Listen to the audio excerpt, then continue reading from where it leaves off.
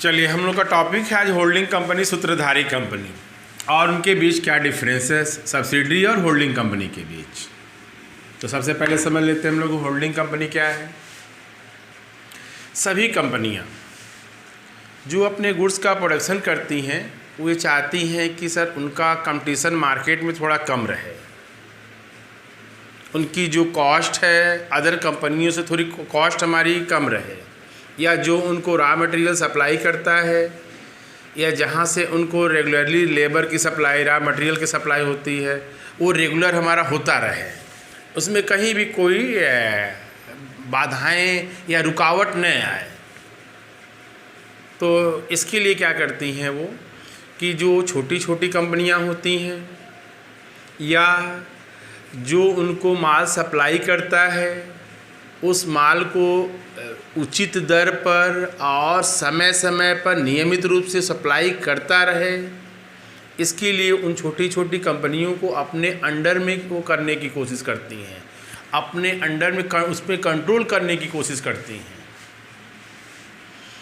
तो दूसरी कंपनी की पर यदि आपको कंट्रोल करना है तो कंट्रोल करने के लिए सबसे पहले उस कंपनी की जो बोर्ड ऑफ डायरेक्टर के जितने मेंबर हैं उन मेंबरों में पर आपको कंट्रोल करना होगा। वहाँ पे जितने भी मेंबर हैं उसको अपने आदमी को वहाँ पे अपॉइंटमेंट करना होगा, क्योंकि किसी भी कंपनी की जो ऑपरेशन की एक्टिविटीज़ होती है, संचालन क्रियाएं की जाती हैं, जो पॉलिसी बनाई जाती है, जो नीति बनाई जाती है, वह बोर्ड ऑफ डायरेक्टर द्वारा ही बनाई जाती है, संचालक मंडल की सभा में सदस्यों द्वारा बनाई जाती है। और जो वो नियम रूल रेगुलेशन बनाते हैं वही क्या होती है, उसी के अकॉर्डिंग कंपनी क्या करती है, अपना बिजनेस उसी के अकॉर्डिंग वो कंटिन्यू रखती है, उसको ऑपरेट करती है। उनके जितने भी बाकी जो मैनेजर हैं, जो अदर डायरेक्टर्स हैं, मैनेजिंग डायरेक्टर हैं, उसी रूल के अकॉर्डिंग अपना काम करते हैं। लेकिन सारे रूल रेगुलेशन कहाँ पास होंगे हम लोगों के, सर वो बोर्ड ऑफ किसी भी कंपनी की बोर्ड ऑफ डायरेक्टर के मीटिंग में होंगे, जो आप मेंबर होंगे। तब तो सर दूसरे कंपनी पे यदि हमको कंट्रोल करना है तो सबसे पहले क्या करना होगा, सर उस दूसरे कंपनी की जितने भी बोर्ड ऑफ डायरेक्टर के मेंबर हैं उसमें से आधे से अधिक मेंबरों को हमको अपॉइंटमेंट करना होगा, तभी वहाँ कंट्रोल हो पाएगा। और दूसरे कंपनी के बोर्ड ऑफ डायरेक्टर में आधे से अधिक मेंबरों का राइट तभी आपको मिलेगा जब आप उस कंपनी की 50% से अधिक पेडअप इक्विटी शेयर को परचेज करते हैं। इस प्रकार यदि कोई कंपनी दूसरी कंपनी के आधे से इक्विटी शेयर के आधे से अधिक अंशों को 50% से अधिक अंशों को क्रय करती है तो क्रय करने वाली कंपनी के पास दूसरी कंपनी के बोर्ड ऑफ डायरेक्टर के मेंबर में आधे से अधिक मेंबर को अपॉइंटमेंट करने का राइट मिल जाता है और उस पर कंट्रोल करना शुरू कर देती है। इस तरह दूसरे कंपनी पे कंट्रोल करने के लिए हमको क्या करना होगा, सर अदर कंपनियों के दूसरे कंपनियों की 50% से अधिक इक्विटी शेयर को परचेज करना है। तो यहाँ जो कंपनी दूसरे कंपनी के आधे से अधिक अंशों को क्रय करती है कंट्रोल करने के लिए, उस कंपनी को ही क्या बोलते हैं हम लोग, है होल्डिंग कंपनी। मीन्स जो परचेजर कंपनी है जो दूसरे कंपनी का शेयर परचेज कर रही है, कितना शेयर, मोर देन 50% शेयर। तो जो कंपनी परचेज करती है उसे क्या बोलते हैं हम लोग, हैं सर वो होल्डिंग कंपनी। और जिस कंपनी के अंश क्रय किए जाते हैं उन्हें हम लोग क्या बोलते हैं, सब्सिडरी कंपनी या सहायक कंपनी। इस तरह एक कंपनी दूसरे कंपनी पे कंट्रोल करके अपने अकॉर्डिंग उन कंपनियों से काम कराती है। जैसे टाटा स्टील है तो टाटा स्टील में कोयले की भी ज़रूरत है, तो टाटा स्टील क्या करती है, जो छोटी छोटी कोयला निकालने वाली कंपनियां हैं उनको अपने अंडर में करने के लिए, उस पर कंट्रोल करने के लिए उनसे आधे से अधिक सारे शेयर को अपने पास होल्ड रखती है। 100% भी खरीद सकती है, तब पर भी होल्डिंग कंपनी कहे जाएंगे। तो नॉर्मली क्या करती है, 50% से अधिक 60, 70, 80, 90% शेयर उन कंपनियों को परचेज कर लेती है, जिससे कि उनको समय समय पे जो रेट हम डिसाइड करें उसी रेट पे वो हमको माल सप्लाई करें।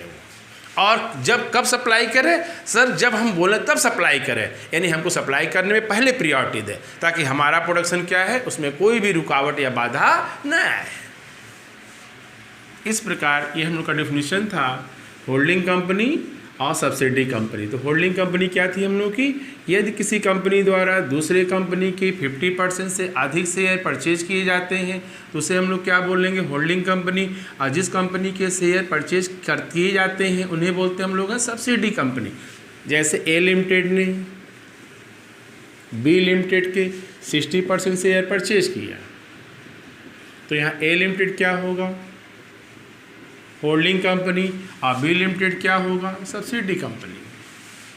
सूत्रधारी कंपनी और सहायक कंपनी, चूँकि यह कंपनी इस पर कंट्रोल करती है इसीलिए इसको हम लोग कंट्रोलर कंपनी कहते हैं।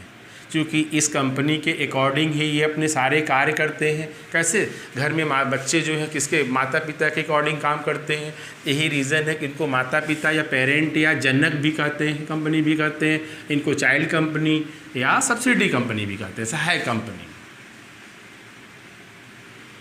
होल्डिंग और सब्सिडी कंपनी के संबंध में जो भी प्रोविज़न है, जो भी बैलेंस शीट के प्रोविज़न इनकी हैं, इनकी जो माइनॉरिटी इंटरेस्ट है, कास्ट ऑफ कंट्रोल है, कंसोलिडेटेड बैलेंस शीट है, इट मीन्स यदि किसी कंपनी के पास एक से अधिक होल्डिंग कंपनी है तो उनके लिए अकाउंटिंग स्टैंडर्ड 21 में एक स्पेशल प्रोविज़न किया गया है कि वे कंपनियां क्या करेंगी, एक ऐसा भी बैलेंस शीट बनाएंगी कि जो सारे कंपनियों जो सब्सिडी कंपनियां हैं उनकी भी असेस्ट और लायबिलिटी को भी शो कर सके, साथ में उनकी जितने माइनॉरिटी वाले हैं उनकी भी होल्डिंग और साथ में उनके भी इंटरेस्ट को वो शो कर सके।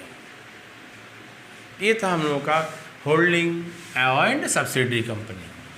तो होल्डिंग कंपनी का जो मेन पर्पज रहता है हम लोगों का है कि सर वो कंपटीशन को समाप्त करना रहता है, अपने कैपिटल को इंक्रीज करना रहता है, अपने कास्ट में कमी लानी होती है, तमाम तरीके से इसके लाभ हम लोग कमा सकते हैं। अब आते हैं इसमें दो तरह की होल्डिंग कंपनियां हम लोग के सामने होती हैं। एक हम लोग की होती है whole own company,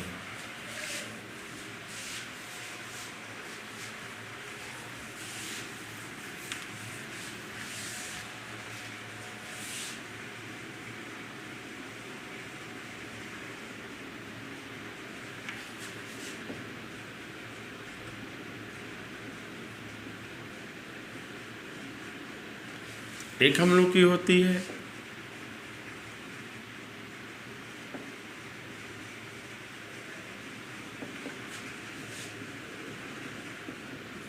holding company. यदि कोई कंपनी दूसरे कंपनी के 100% शेयर परचेज कर लेती है, पूरा का पूरा शेयर परचेज कर लिया, इसे क्या बोलेंगे, होली ओन्ड सूत्रधारी कंपनी, होल्डिंग कंपनी, पूर्ण स्वामित्व वाली।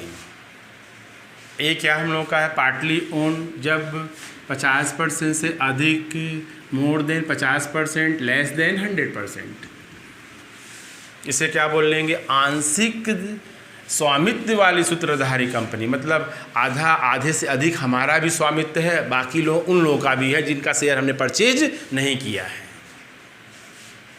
इस तरह एक हम लोग क्या हो गया पूर्ण स्वामित्व वाली होल्डिंग कंपनी, सूत्रधारी कंपनी। एक हम लोग की हो गई सहायक कंपनी, वो आंशिक स्वामित्व वाली सूत्रधारी कंपनी। इसकी भी डेफिनेशन क्लियर है, इसका भी है। जब ये फुल्ली 100% परचेज कर लेती है तो पूर्ण स्वामित्व, और 50% से अधिक और 100% से कम परचेज करती है उसे हम लोग क्या बोलते हैं सर, वो आंशिक स्वामित्व वाली सूत्रधारी कंपनी। अब आते हैं हम लोग हैं डिफरेंस बिटवीन होल्डिंग कंपनी और सब्सिडी कंपनी, दोनों में क्या अंतर है। चलिए इन दोनों में अंतर क्या समझ है। कुछ बेस बनाया गया है, इस बेस पे इनमें अंतर समझाने की कोशिश किया जा रहा है।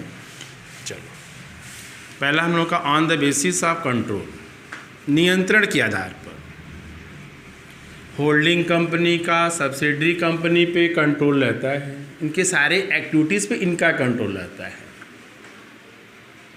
जबकि सब्सिडी कंपनी का कोई भी कंट्रोल होल्डिंग कंपनी पे नहीं रहता है।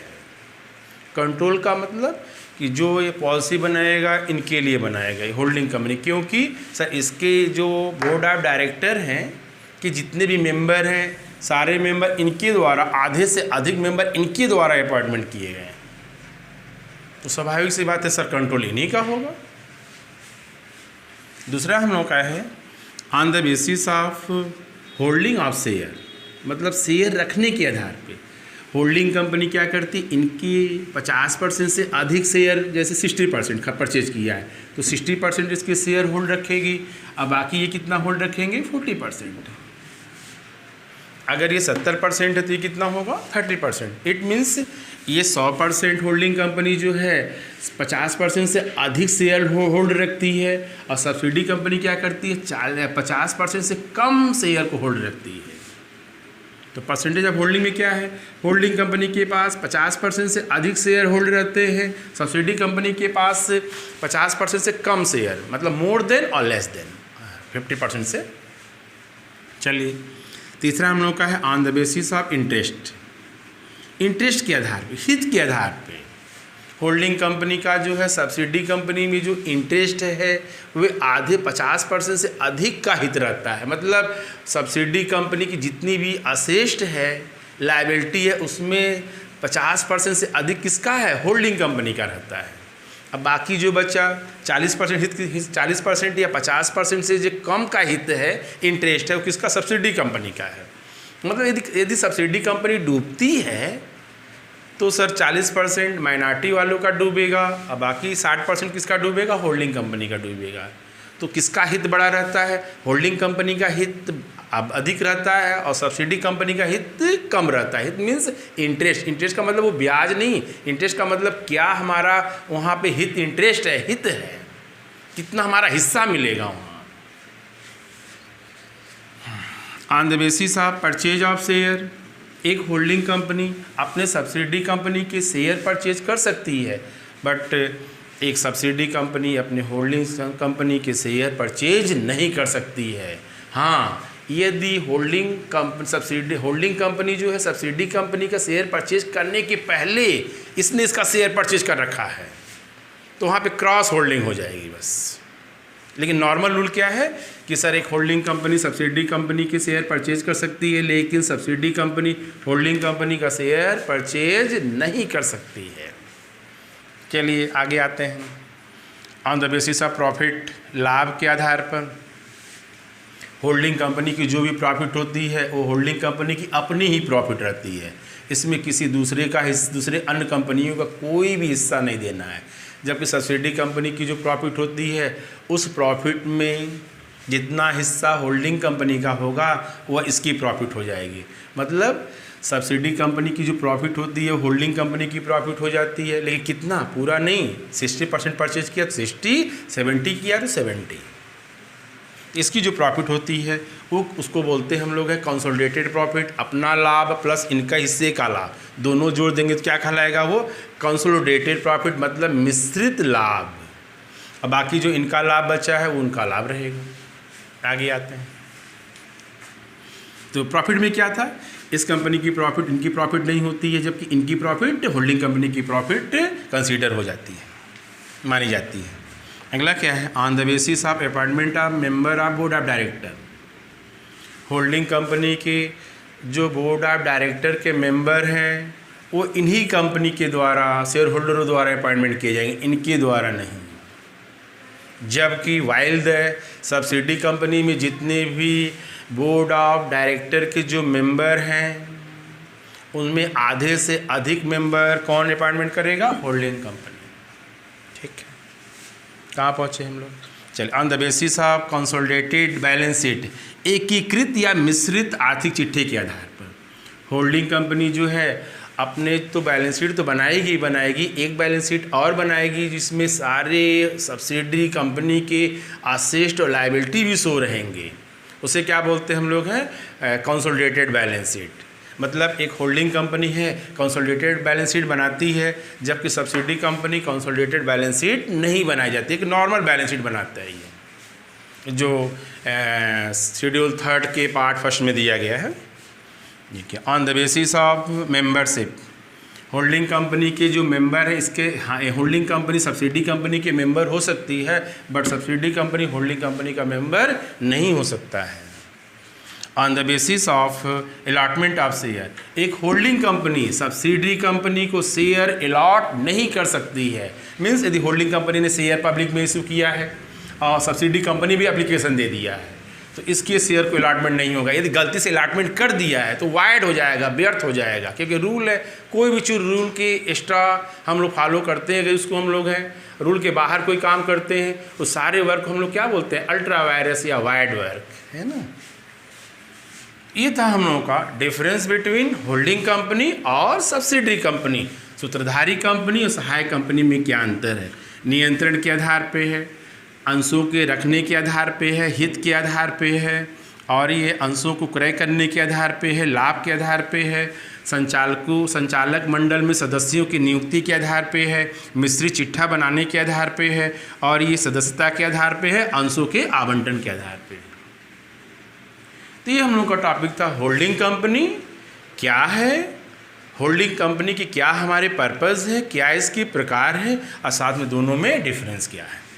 अब इसके बाद टॉपिक आता है हम लोग का है कि सर ये कंसोलिडेटेड बैलेंस शीट बनाते कैसे हैं, इसमें कौन कौन से जो मेन डॉक्यूमेंट्स अटैच किए जाते हैं अकाउंटिंग स्टैंडर्ड 21 के अकॉर्डिंग, माइनॉरिटी इंटरेस्ट कैसे निकालते हैं, ये हम लोग अगले वीडियो में इसको हम लोग देखेंगे। वीडियो पसंद आया हो लाइक ज़रूर कीजिए। Thank you.